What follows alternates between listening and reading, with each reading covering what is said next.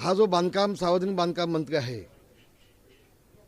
त्यांनी डिसेंबरच्या आधी म्हणजे मागच्या वेळेला जाहीर केलं होतं की पुढच्या गणपतीच्या आधी हा मुंबई गोवा रस्ता सगळा पूर्ण होऊन जाईल।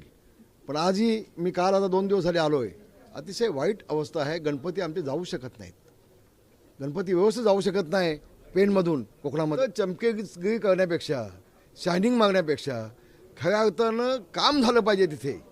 अजून अनेक पूल झाले नाहीत, अनेक ब्रिजेस झाले नाहीत। जे एका बाजूला रस्ता आहे त्याच्यामध्ये खड्ड्यामध्ये सगळे रस्ते आहेत, रस्ताच नाही आहे अशी अवस्था आहे।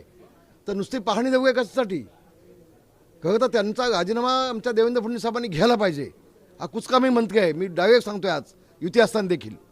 कारण कोकणवासियांचे हाल आम्हाला बघवत नाही, कोकणाची माणसं आम्हाला जाब विचारत आहेत, रामदास भाई तुम्ही काय करताय? आम्ही सहन किती, आम्हाला पण सहन मर्यादा आहे। हा जो सार्वजनिक बांधकाम मंत्री आहे